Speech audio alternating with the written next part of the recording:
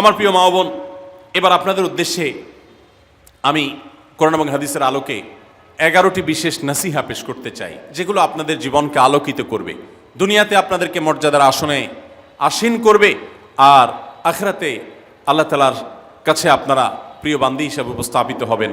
আল্লাহর কাছে আল্লাহর প্রিয় বান্দী হিসাবে উপস্থাপিত হয়ে জান্নাত লাভ করতে পারবেন। এরকম 11টি পরামর্শ বা নাসিহা আপনাদের প্রতি আমার। নাম্বার 1, কোরআন এবং হাদিসের জ্ঞান অর্জন করা। এটা সকল পুরুষ এবং নারী সকলের জন্য ফরজ। কোরআন এবং হাদিসের জ্ঞান অর্জন করা আমাদের জন্য ফরজ। আমরা অনেকেই আছি যারা ইসলামের ফরজ বিধিবিধানগুলো জানি না। আমাদের যেগুলো অবশ্য কর্তব্য সেগুলো আমরা অনেকে জানি না, শুধু নামে মুসলমান। গতানুগতিক কিছু কাজ করি, হাতে গোনা কিছু ইসলামের নামে কাজ করি, বাস মনে করেছি আমি মুসলমান হয়েছি। আপনাকে ঈমান সম্পর্কে জানতে হবে। আপনার ঈমান কিভাবে আনতে হবে, কি কোন কোন বিষয়ের প্রতি বিশ্বাস থাকতে হবে, কি বিশ্বাস থাকতে হবে, আল্লাহ সম্পর্কে বিশ্বাস থাকতে হবে। ঈমান সম্পর্কে অনেক ভুল ধারণা আমাদের আছে। আমরা আল্লাহ সম্পর্কে বিস্তারিত জানি না, আখিরাত সম্পর্কে জানি না, নবী রাসূল সম্পর্কে জানি না। এগুলো সম্পর্কে সঠিক জ্ঞান অর্জন করতে হবে। 5 ওয়াক্ত নামাজ এর বিধিবিধানগুলো, কখন কোনটা পড়তে হয়, ওয়াক্ত কখন থাকে কখন যায়, অনেক মহিলা আছেন জানেন না, অনেক নারীরা আছেন, অনেক পুরুষরা আছেন জানেন না। এগুলো জানতে হবে। ইসলামকে জানাটা অনেক গুরুত্বপূর্ণ। আর জানার জন্য কোরআনে কারীম বুঝে পড়বেন, হাদিস বুঝে পড়বেন, মাসলা মাসাইলের বই পুস্তক বুঝে পড়বেন ওলামাদের তত্ত্বাবধানে থেকে, এবং কোরআন এবং হাদিস শেখার যত ভালো আয়োজন উদ্যোগ আছে সেগুলোতে শামিল হবেন, জ্ঞান অর্জন করবেন। এটা ইসলামের গুরুত্বপূর্ণ একটা ব্যাপার।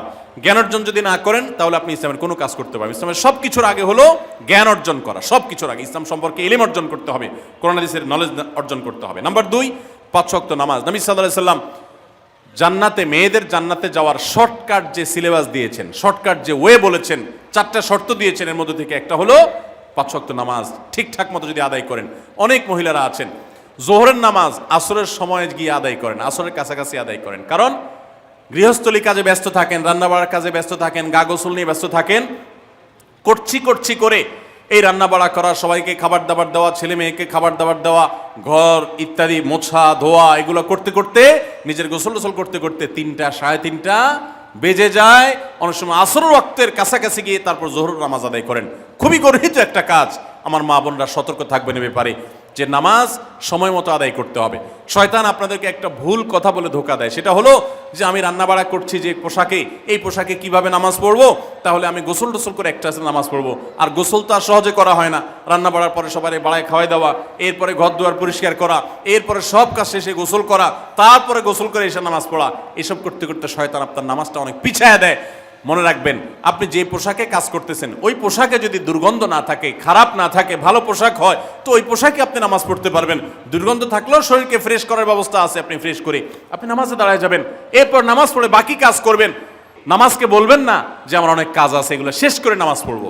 শয়তান আমাদেরকে ধোঁকা দেয়। এই জন্য মা বোনরা 5 ওয়াক্ত নামাজ সময় মতো আদায় করবেন, ঠিকঠাক মতো আদায় করবেন। অনেক মা বোনরা আপনারা নামাজ পড়েন, নামাজ হয় না। বাংলাদেশে বেশিরভাগ মহিলাদের, নারীদের মধ্যে একটা ভুল আছে নামাজ প্রসঙ্গে, সেটা হলো যে নামাজের মধ্যে সতরটা ভালো করে ঢাকেন না। সতর কি? মেয়েদের নামাজের মধ্যে মুখমণ্ডল ছাড়া, 2 হাতের কবজি ছাড়া তাদের মাথা থেকে পা পর্যন্ত পুরো শরীর তারা ঢেকে রাখবে। আজকাল নামাজের ওড়না পাওয়া যায়, এই ওড়নাগুলো পরলে এই মুখমণ্ডল ছাড়া 2 হাত এক সহকারে ঢাকা থাকে, এভাবে ঢেকে রাখতে হবে। আপনি যদি নামাজ পড়েন, আপনার গলা দেখা যায়, আপনার কাঁধের কিছু অংশ দেখা যায়, চুল দেখা যায়, আপনার হাতের কনুই দেখা যায়, তাহলে সেক্ষেত্রে কিন্তু আপনার নামাজ হবে না। যদি আপনার পুরো নামাজ জুড়ে এরকম খালি থাকে এগুলো, তাহলে নামাজ হবে না। অনেক বোনরা এটা জানেন না, তাহলে নামাজটা ঠিকঠাক মতো পড়তে হবে। জান্নাতে যাওয়ার জন্য এটা পূর্ব শর্ত। নাম্বার 2। নাম্বার 3, রমজান মাসে রোজা রাখা। রোজা রাখার ক্ষেত্রে আলহামদুলিল্লাহ মা বোনরা রাখেন সাধারণত, কিন্তু রোজা রেখে গীবত, মিথ্যা, শেকায়েত, মানুষের পিছনে সমালোচনা করা, এগুলো করলে রমজান নষ্ট হয়ে যায়, রোজা নষ্ট হয়ে যায়। এগুলো করা যাবে না, এগুলোতে বেঁচে থাকতে হবে। সেই সাথে অনেক মা বোন আছেন, একটু সন্তান গর্ভে আসছে, কিন্তু সন্তান দুধ কিংবা সন্তান দুধ পান করে, এই অজুহাত দিয়ে তিনি দেখা যায় যে রমজানের রোজা ঠিক মতো রাখেন না। এটা ভুল। বরং সামান্য একটু ঠুনকো অজুহাতে রমজানের রোজা বাদ দেওয়া যাবে না। যতক্ষণ পর্যন্ত শক্তি সামর্থ্য আছে রমজান রোজা ঠিক মতো রাখতে হবে। নাম্বার 3। 4 নম্বর হলো স্বামীর আনুগত্য করা। আমি সবসময় বলি এটা হলো মহিলাদের জন্য তিতা করল্লার আমল। তিতা করল্লা দিয়ে জুস বানায় খাওয়ানো, এটা যেরকম কষ্টের কাজ মানুষের জন্য, ঠিক একইভাবে মহিলাদের জন্য স্বামীর কথা শোনাটা এরকম কষ্টের কাজ। অনেক মহিলা আছে নামাজ পড়তে রাজি আছি, রোজা রাখতে রাজি আছি, তাসবিহ তাহলিল করতে রাজি আছি, কোরআন পড়তে রাজি আছি, মগর পুরুষের স্বামীর কথা শুনবো না। কেন তার কথা শুনবো কেন? আমি কি কম বুঝি? এই মানসিকতা আজ পশ্চিমা অপসংস্কৃতির যে ছোঁয়া আমাদের সমাজে এসেছে, লেগেছে, এটার কারণে আমাদের মা বোনদের মধ্যে তৈরি হয়েছে। এটা কখনো আমাদেরকে সুখী করতে পারে না। একটা ছোট মুদি দোকানেও একজনকে দায়িত্বশীল মানতে হয়, একজন মালিক হয়, আর একজন অধীনস্থ হয়, একজন ম্যানেজার হয়, আর একজন তার কর্মী হয়। এতটুক চেইন অফ কমান্ড যদি ঠিক না থাকে, তাহলে একটা ছোট দোকানও সুশৃঙ্খলভাবে চলতে পারে না, সেটাও বিশৃঙ্খল হয়ে যাবে। তাহলে একটা সংসার, একটা পরিবারে একজনকে মুরব্বী না মানলে কিভাবে সেটা চলতে পারে? অবশ্যই একজন নারী তার স্বামীকে অভিভাবক মানবেন, মুরব্বী মানবেন, তাকে মেনে চলবেন। শুধু ইসলামই বলে নাই, পশ্চিমা দুনিয়ার মানুষরাও স্বীকার করে। সব একটা আত্মজীবনীমূলক লেখা ধারাবাহিকভাবে বাংলাদেশে একটি জাতীয় গণমাধ্যমে প্রকাশ হয়েছে অনেক বছর আগে, আমি পড়েছি। সেখানে তিনি পরিষ্কার করে বলেছেন যে আমার দাদি নানীরা পারিবারিক জীবনে যতটা সুখী ছিল, এখন আমাদের স্ত্রী, আমাদের মেয়েরা ততটা সুখী না। অথচ তাদের এত বেশি শাড়ি চুড়ি, এত বেশি সাজগোজ, এত বেশি সুখ সমৃদ্ধির উপকরণ ছিল না আজকের মেয়েদের যতটা আছে। পারিবারিক শান্তি তখন যতটা ছিল, এখন তার ধারে কাছেও নেই। এর অন্যতম কারণ হলো এটি যে আমরা পশ্চিমা অপসংস্কৃতির ছোঁয়ায় পড়ে শয়তান আমাদেরকে অতিরিক্ত স্বাধীনতার নাম দিয়া আমাদেরকে বলগাহীন স্বাধীনতার পথে নিয়ে গেছে, যেটা আমাদের ধ্বংস ডেকে এনেছে। এজন্য একজন গার্ডিয়ান, একজন অভিভাবক পরিবারে থাকতে হবে, তাকে মানতে হবে। আপনি নারী হিসাবে আপনার স্বামীটাকে যদি মনে হয় একটু বোকা কিসিমের, সে বুঝে না, আপনি অবশ্যই ডেফিনেটলি আপনি তাকে বোঝাবেন, আপনি তাকে আপনার মতামত বলবেন, তারও কর্তব্য আপনার মতামত গ্রহণ করা। কিন্তু এর মানে এই না যে আপনি তাকে ডিনাই করবেন, পাত্তা দিবেন না, অবজ্ঞা করবেন, তার কাছে জিজ্ঞেস করা ছাড়া যেদিক সেদিক যাবেন, যা খুশি তা করবেন, এটা উচিত না। আপনার জান্নাতে যাওয়ার প্রয়োজনে ওই যে তিতা করল্লা বলেছি, সে যদি কোনো দিক থেকে তাকে মানতে আপনার কষ্ট হয়, আপনার থেকে সে পিছিয়ে আসে বুদ্ধিতে জ্ঞানে, তারপরে একটু কষ্ট করে ঢোক গিলেন, একটু কষ্ট করে সবর করেন, শুধুমাত্র জান্নাতের আশায় আল্লাহ তাআলা আপনাকে মর্যাদা দিবেন, দুনিয়াতে বড় করবেন, আখিরাতে বড় করবেন। অনেক সময় দেখা যায় পুরুষতান্ত্রিক সমাজে আমাদের দেশে দেখা যায় যে পুরুষদের নানা অনাচারে মেয়েরা অতিষ্ঠ হয়। একটু সবর করেন, সন্তান সন্ততি বড় হবে, তখন আর পুরুষের এই সমস্ত জুলুম থাকবে না, পুরুষ তখন দৌড়ের উপরে থাকবে। এই বাস্তবতা আমরা প্রত্যেকটা মানুষ উপলব্ধি করার কথা। অতএব মুসলিম নারীদের অত্যন্ত গুরুত্বপূর্ণ আরেকটি বিষয় হলো 4 নম্বর যেটি বললাম, স্বামীর আনুগত্য করা। যতটুকু সম্ভব তার সর্বোচ্চ আনুগত্য করার চেষ্টা করতে হবে, যতক্ষণ তিনি কোরআন হাদিসের কথা বলেন। স্বামী যদি কোনো অন্যায় কথা করতে বলেন, তাহলে তখন আর তার কোনো কথা শোনা যাবে না। নাম্বার 5, একজন মুসলিম নারীর জন্য তার ইজ্জতের হেফাজত অত্যন্ত গুরুত্বপূর্ণ ব্যাপার। এমন একটা সমাজে আমরা বসবাস করতেছি, পাঠ্য বইয়ে শিক্ষার নামে আমাদের সন্তানদের চরিত্র নষ্ট করে দেওয়া হচ্ছে, বিবাহ বহির্ভূত সম্পর্ক করতে তাদেরকে উস্কানি দেওয়া হচ্ছে, শিক্ষার নামে কুশিক্ষা দেওয়া হচ্ছে, যার কারণে আমার সন্তান নষ্ট হয়ে যাচ্ছে। এই জন্য আমি বলি, এমন যুবক, এমন যুবতী আজকাল সোনার হরিণ হয়ে গেছে। হাজারে 10 জন যুবক পাওয়া যাবে কিনা সন্দেহ, যেই যুবক বুকে হাত রেখে বুক টান টান করে আল্লাহর শুকরিয়া আদায় করে বলতে পারবে তার যৌবনে কোনো হারাম স্পর্শ সে করে নাই, কোনো হারামের কাছে সে যায় নাই, তার চরিত্রকে সে হেফাজত করেছে, কোনো গুনাহে সে লিপ্ত হয় নাই, এরকম কথা বলার মতো যুবক খুব বেশি নাই আমাদের সমাজে। ধ্বংস করে ফেলা হয়েছে বিনোদনের নামে, শিক্ষার নামে, নানা নামে। এগুলো আমাদের দেশের সংস্কৃতি ছিল না। এদেশের মুসলমান তো বটে, এদেশের হিন্দুরাও পারিবারিক এই বন্ধনের মধ্যে থেকে তারা তাদের চরিত্রকে হেফাজত করে, বৈবাহিক সম্পর্ক ছাড়া কোনো প্রকার সম্পর্কের মাধ্যমে তাদের যৌন আকাঙ্ক্ষাকে মেটায় না। এটা এদেশের মাটির, এদেশের কালচার, এদেশের মানুষের কালচার, এদেশের সকল ধরনের মানুষের কালচার, কিন্তু এদেশের সেই সংস্কৃতিকে ধ্বংস করে দেওয়া হচ্ছে ছোট ছোট বাচ্চাদের বইয়ে এই বিবাহ বহির্ভূত সম্পর্কের কথা বলে। এই জন্য সচ্চরিত্র এখন সোনার হরিণ হয়ে গেছে। নবী সাল্লাল্লাহু আলাইহি ওয়াসাল্লাম বলেছেন, মাইয়াজমান লি মা বাইনা লিহিয়াইহি ওয়া মা বাইনা রিজলাইহি আদমান লাহুল জান্নাহ। যে ব্যক্তি তার 2 চোয়ালের মাঝখানের অঙ্গ অর্থাৎ মুখ, আর যে ব্যক্তি তার 2 রানের মধ্যবর্তী অঙ্গ, তার লজ্জাস্থানকে হেফাজত করবে, অন্যায় খাতে ব্যবহার করবে না, এটার সংরক্ষণের দায়িত্ব এবং গ্যারান্টি যে ব্যক্তি নিজের ব্যাপারে নিজে নিবে, নবী সাল্লাল্লাহু আলাইহি ওয়াসাল্লাম বলেছেন, আমি তার জন্য জান্নাতের দায়িত্ব নিয়ে নিলাম। যে এটা 2টার দায়িত্ব নিতে পারবে, আমি তার জান্নাতের দায়িত্ব নিলাম। এবং নবী সাল্লাল্লাহু আলাইহি ওয়াসাল্লাম আরো বলেছেন, আকসারু মা ইউদখিলুন নাস আন-নার, মানুষকে সবচেয়ে বেশি জাহান্নামে নিয়ে যায় কোন জিনিসে? আল ফামু আল ফরজ, এই 2টি অঙ্গ, মুখ এবং লজ্জাস্থান। এই জন্য মা বোনরা, অনেকে আপনাদেরকে অনেক প্ররোচনা দিবে, অনেক গুনাহের পথে আহ্বান করবে। আপনাদের মেয়েরা স্কুল কলেজে পড়তে গেলে সেখানে অনেক অন্যায় আবেদন শুনবে, হারামের আহ্বান শুনবে। তাদেরকে সুশিক্ষা দিবেন যে আল্লাহ তাআলা তোমাকে যে চরিত্র দিয়েছে, এই যৌবন দিয়েছে, এটাকে যেখানে সেখানে ব্যবহার করলে হবে না। কিয়ামতের ময়দানে যুবকদেরকে আলাদা করে জিজ্ঞাসা করা হবে, তোমার যৌবনকালে কি করছো সেটা বলো, বুড়া বয়সে এসে কি করছো এটা ইম্পর্টেন্ট না, যৌবনকালে কি করে আসছো সেটার হিসাব দাও। যৌবনকে হেফাজত করার গুরুত্ব এত বেশি, আল্লাহ আলাদা করে জিজ্ঞাসা করবেন। এই জন্য মা বোনদের কর্তব্য তাদের মেয়েদেরকে, ছেলেদেরকে অসৎ চরিত্রতা থেকে হেফাজত করবেন, সংরক্ষণ করবেন, তাদেরকে বুঝাবেন, তাদেরকে সেবায় বড় করবেন যে বিয়ে শাদীর মাধ্যমে, সাংসারিক জীবনের মাধ্যমে তোমরা তোমাদের এই জীবনকে তোমরা উপভোগ করবে। আল্লাহ তাআলা তোমাদের জন্য যে নেয়ামত রেখেছেন সেই নেয়ামত তোমরা পাবে, কিন্তু অবৈধ উপায়ে কখনো তোমরা সেদিকে পা বাড়াবে না। যারা বাড়ায় তাদের দুনিয়াতেই ধ্বংস হয়, আখিরাত তো আছেই। এই অবৈধ সম্পর্ক করে সুখে থাকে খুব কম মানুষ। যারা যত বেশি এই জগতে যায় তারা তত বেশি অসুখী থাকে দাম্পত্য জীবনে। অতএব একজন নারী তার 5 নম্বর গুরুত্বপূর্ণ বিষয় হলো তার ইজ্জতের হেফাজত, লজ্জাস্থানের হেফাজত এবং তার চরিত্রের হেফাজত। আল্লাহ তাআলা আমাদের মা বোনদেরকে সেই তৌফিক দান করুন। অনেক সময় দেখা যায় যে সবই ঠিক আছে, আপনি সোশ্যাল মিডিয়াতে পুরুষের ছবি দেখে, ভিডিও দেখে আপনি হারাম আনন্দ পাচ্ছেন। আপনি ইমোতে, হোয়াটসঅ্যাপে, মেসেঞ্জারে বিভিন্ন পুরুষের সাথে অপ্রয়োজনীয় চ্যাটিং করছেন, কথা বলছেন, এবং সেখানে এই বেহুদা কথা থেকে অনেক অনাচার হয়ে যায়, অনেক সংসার ভেঙে যায়, অনেক পরকীয়া হয়, অনেক সংসার ধ্বংস হয়। এই জন্য আল্লাহ বলেছেন ওয়ালা তাকরাবুজ জিনা, জেনার কাছেও যেও না, চ্যাটিংই করতে যেও না, কারণ করতে গেলে তুমি ডুবে যাবা, পরে ফিরে আসতে পারবা না। ভয়ঙ্কর এক গুহা এবং ভয়ঙ্কর এক জগৎ। তো এই পথ থেকে আমাদেরকে বেঁচে থাকতে হবে। আল্লাহ আমাদের তৌফিক দান করুন। নাম্বার 6, মা বোনদের জন্য গুরুত্বপূর্ণ বিষয় হলো সন্তানদের লালন পালন করা। আপনি বাজার থেকে 2-4 কেজি আম কিনে খাইছেন, এটাতে আপনি যতটা সুখী হতে পারবেন, আপনি যদি একটা আমের গাছ লাগাই দিতে পারেন তাহলে তার চাইতে অনেক বেশি সুখী হতে পারবেন, আপনি বেশি লাভবান হবেন, আপনি মনকে মন আম খেতে পারবেন, আপনার বংশধররা খেতে পারবে।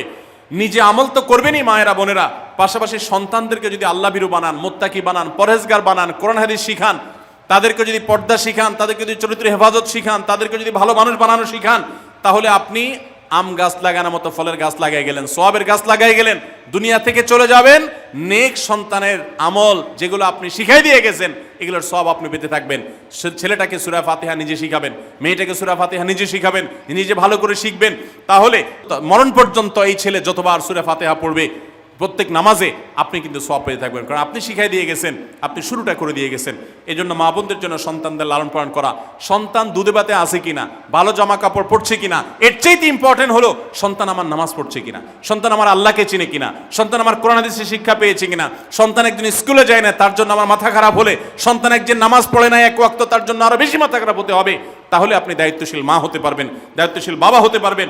মনে রাখবেন নবী সাল্লাল্লাহু আলাইহি ওয়াসাল্লাম বলেছেন প্রত্যেকটা শিশু জন্মগ্রহণ করে ভালো মানুষ হয়ে, কেউ জন্মগতভাবে খারাপ হয় না, ডাকাত হয়ে জন্মায় না, তবে তার মা বাপ তাকে নষ্ট করে।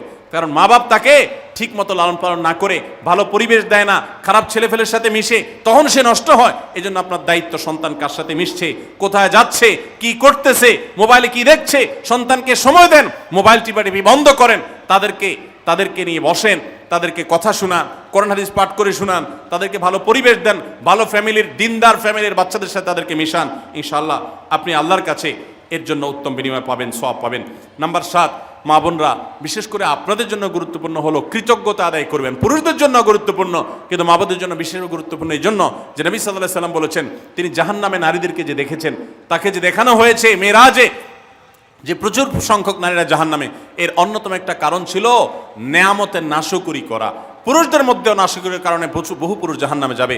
মা বোনরা স্বামী এবং নিজের জগতে যতটুকু আল্লাহ তাআলা দিয়েছেন এতটুকুর উপর শুকর আদায় করবেন। আপনার স্বামী মানুষটা হয়তো মুখটা খারাপ, কিন্তু তার শরীরটা ভালো আছে, সে আপনাকে উপার্জন করে এনে খাওয়ায়। অনেক মহিলা আছে তার স্বামী হয়তো অ্যাক্সিডেন্ট করে পঙ্গু হয়ে গেছে, সে হয়তো বিছানা শুয়ে বাকি জীবন কাটিয়েছে, তার কষ্টের কোনো শেষ নাই।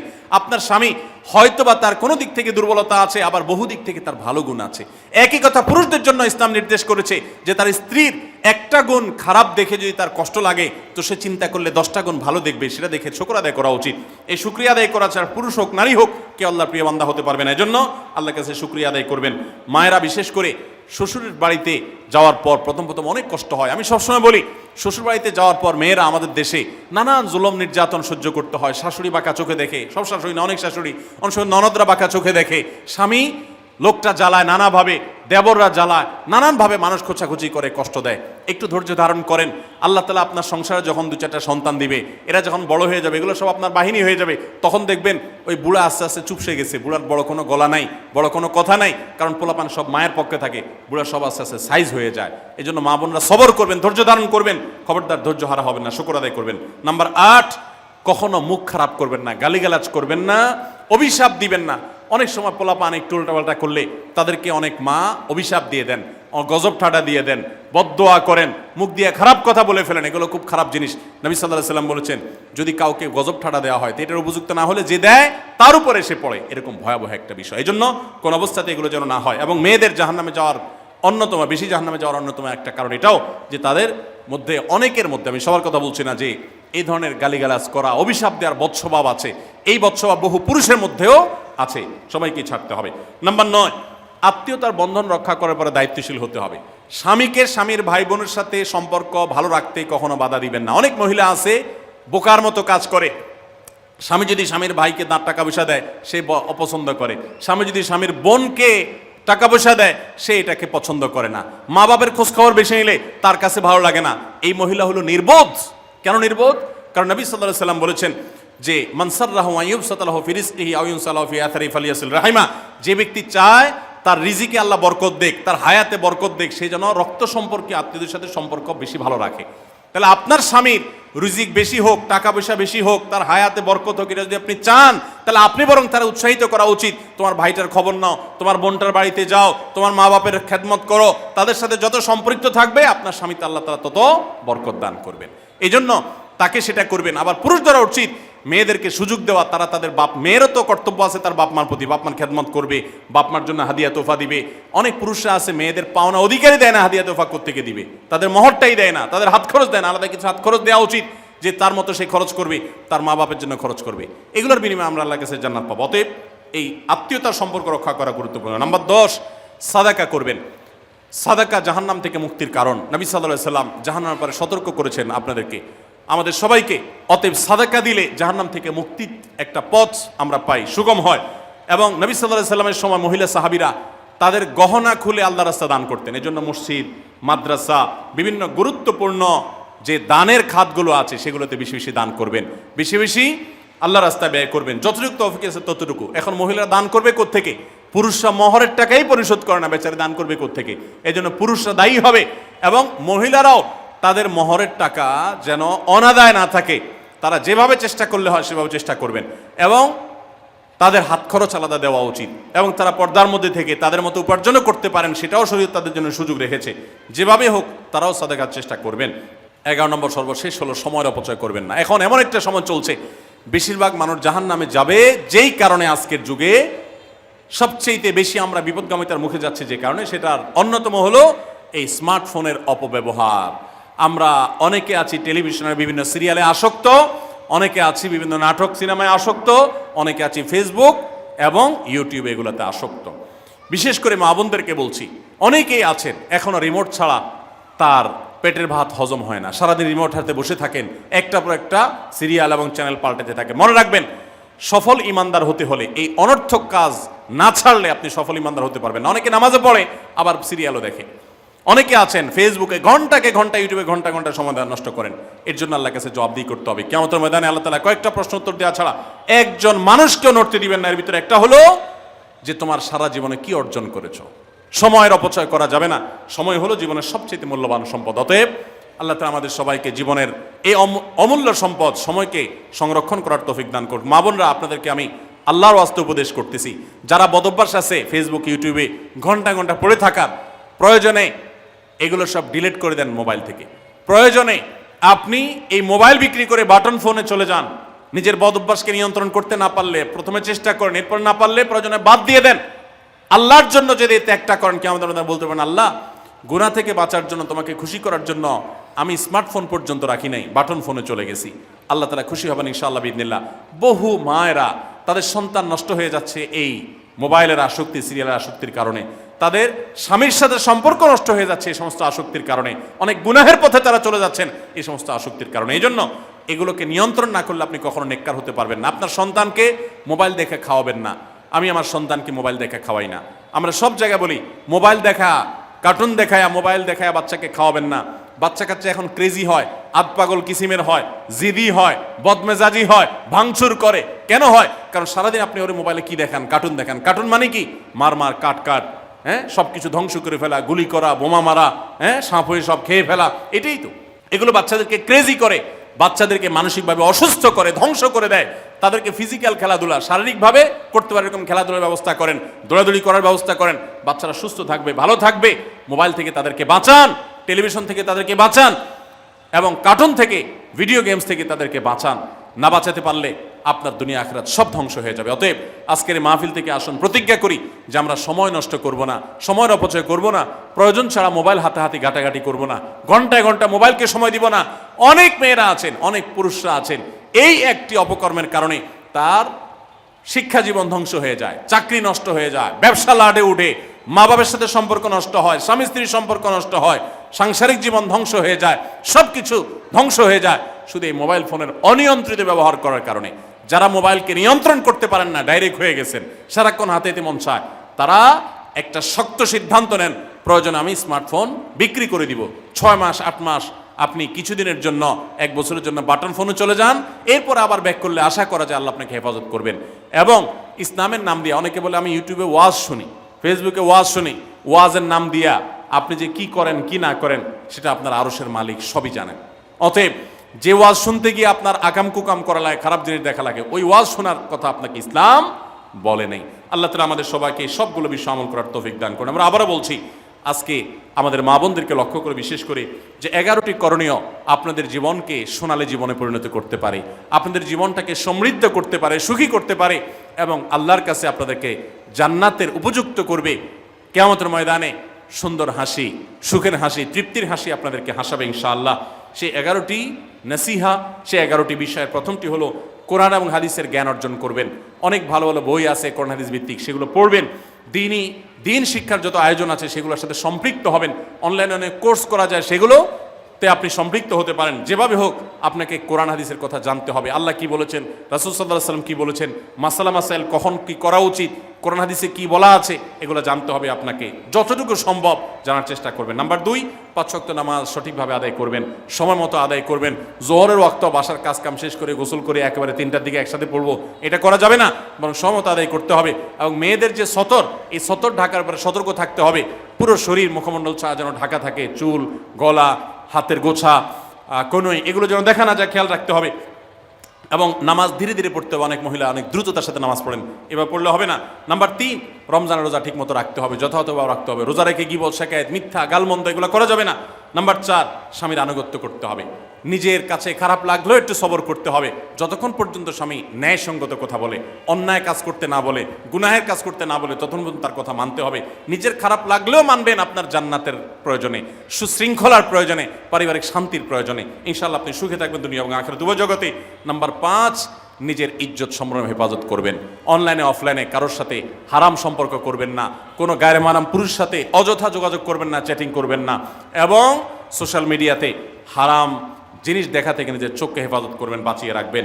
নাম্বার 6, নিজের সন্তানদেরকে দিন শিখাবেন, তাদেরকে কোরআন হাদিস শিখাবেন, উত্তমভাবে লালন পালন করবেন, তাদেরকে নামাজ শিখাবেন, মেয়েদেরকে পর্দা শিখাবেন, তারা যেন চরিত্রে হেফাজত করে সেই শিক্ষা তাদেরকে দিবেন। উপযুক্ত হওয়ার পর ছেলে মেয়েকে বিয়ে দিবেন, কোনোভাবে যেন হারাম সম্পর্কে না জড়ায় সেজন্য সাবধান থাকবেন। ভালো ফ্যামিলির সাথে তাদেরকে উঠা বসা করাবেন, ভালো শিক্ষা প্রতিষ্ঠানে দিবেন যেখানে দিলে তার ঈমান আমল হেফাজত থাকবে। নাম্বার 7, আল্লাহর শুকরিয়া আদায় করবেন, বান্দারও শুকরিয়া আদায় করবেন। আল্লাহ যা দিয়েছেন, যতটুকু আছে স্বামীর সংসারে, আলহামদুলিল্লাহ বলতে শিখবেন, আল্লাহ তাআলা বাড়াই দিবেন ইনশাআল্লাহ। নাফরমানি, নাশুকরি করবেন না, তাহলে আপনি নিজেই ক্ষতিগ্রস্ত হবেন, কষ্টের মধ্যে থাকবেন। আর শুকরিয়া আদায় করলে আপনার নিজেরই মানসিক প্রশান্তি হবে, আল্লাহর নিয়ামত বাড়িয়ে দিবেন। নাম্বার 8, কোনো প্রকার অভিশাপ গালমন্দ করবেন না, সেটা ছেলে মেয়েকে হোক, সংসারকে হোক, স্বামীকে হোক, কোনো কিছু না, ধৈর্য ধারণ করতে হবে। পুরুষদের জন্য এই কথাগুলো প্রযোজ্য। আর নাম্বার 9, আত্মীয়তার সম্পর্ক রক্ষা করতে হবে, ছিন্ন করা যাবে না। নিজের স্বামীকে তার বাপ, তার বোন, তার মা, তার ভাই, তাদের সাথে সুসম্পর্ক বজায় রাখতে সাহায্য করবেন, বাধা দিবেন না, পারলে আরও সাহায্য করবেন, এতে আপনারই লাভ হবে। আবার স্বামীদেরও উচিত স্ত্রীকে তার পরিবারের সাথে সম্পর্ক বজায় রাখার জন্য সাহায্য করা। মেয়েদের উচিত তাদের মা, তাদের বোন, ভাই, তাদের সাথে আজকাল মোবাইলে যোগাযোগ করা যায়, খোঁজখবর নেবেন, কথাবার্তা বলবেন। স্বামীর সংসারে আসছেন দেখে বাপের সংসার ভুলে যাবেন, সেটাও যেন না হয়, খেয়াল রাখতে হবে। নাম্বার 10, যতটুকু সম্ভব দান সাদাকা করবেন। দান সাদাকা জাহান্নাম থেকে মুক্তির কারণ হয়, সেটার জন্য সাধ্য অনুযায়ী করবেন। পুরুষরা তাদের জন্য এক্ষেত্রে হেল্প করবেন, যাতে তাদের মোহর ইত্যাদি দেওয়া, মাসে হাত খরচ কিছু দেওয়া, যাতে তারা সাদাকা করতে পারে সেই সুযোগ। আজকাল দেখা যায় অনেক মেয়েরা টাকা পয়সা পেলে মার্কেটে চলে যাবেন, কি কিনবে এটা নিয়ে অস্থির হয়ে যান। মার্কেটে আপনি যা দরকার হলে যাবেন, কেনা দরকার হলে কিনবেন, কিন্তু দানের জন্য একটা খাত রাখবেন। পারিবারিক সাদাকা বাক্স, একটা বাক্স রাখবেন, যে খুচরা টাকা পয়সা বা বিভিন্ন টাকা পয়সা ছেলে মেয়েরা রাখবে, আপনি রাখবেন, উৎসাহিত করবেন। এটা দিয়ে একটা গরিব ফ্যামিলি মুখে হাসি ফোটাবেন, একটা ভালো কাজ করবেন, পারিবারিকভাবে এরকম দানের ব্যবস্থা করবেন। বোনেরা, সর্বশেষ হলো সময় নষ্ট করবেন না সোশ্যাল মিডিয়াতে। আল্লাহর ওয়াস্তে এটা থেকে নিজেকে বাঁচাবার জন্য সংগ্রাম করেন। যারা এখনো এই রোগ থেকে বাঁচতে পারেন নাই, আল্লাহর কসম করে বলছি, দুনিয়ার জীবনটাই ধ্বংস হবে, অসুখী থাকবেন, অশান্তিতে থাকবেন, আখিরাতের ধ্বংস তো আছেই। অতএব ফেসবুক, ইউটিউব, এটা যদি আপনাকে দেখতে হয়, খারাপ কিছু যেন না আসে সেভাবে ফিল্টার করে নেবেন, এবং নিয়ন্ত্রিত নির্দিষ্ট সময়ের বেশি দেখবেন না। 10 মিনিট 10 মিনিট, সকাল দুপুর রাত, এর বেশি বিকাল, আমি এর বেশি দেখবো না। ঘন্টায় ঘন্টা টিপবেন না। অনেক মহিলা আছে স্বামীকে সময় দেওয়ার সুযোগ নাই, সন্তানের দিকে তাকাবার সুযোগ নাই, উনি টেলিভিশন এবং মোবাইলে আসক্ত, এবং এটা আমাদের সমাজকে ধ্বংস করে দিচ্ছে। নিজের ক্ষতি নিজে করছেন, নিজের পায়ে কুঠারাঘাত করছেন। আল্লাহ তাআলা আমাদের সবাইকে এই সব বিষয়গুলোকে মেনে চলে, এই 11টা পয়েন্টকে মেনে চলে আমাদের মা বোনদের জীবনকে সমৃদ্ধ করার তৌফিক দান করুন। আমাদের সবাইকে আল্লাহ তাআলা আমল করার তৌফিক দান করুন। জাযাকুমুল্লাহু খাইরা ওয়া আখিরু দাওয়ানা আনিল হামদুলিল্লাহি রাব্বিল আলামিন। আস-সুন্নাহ ফাউন্ডেশন, উম্মার স্বার্থে সুন্নাহর সাথে।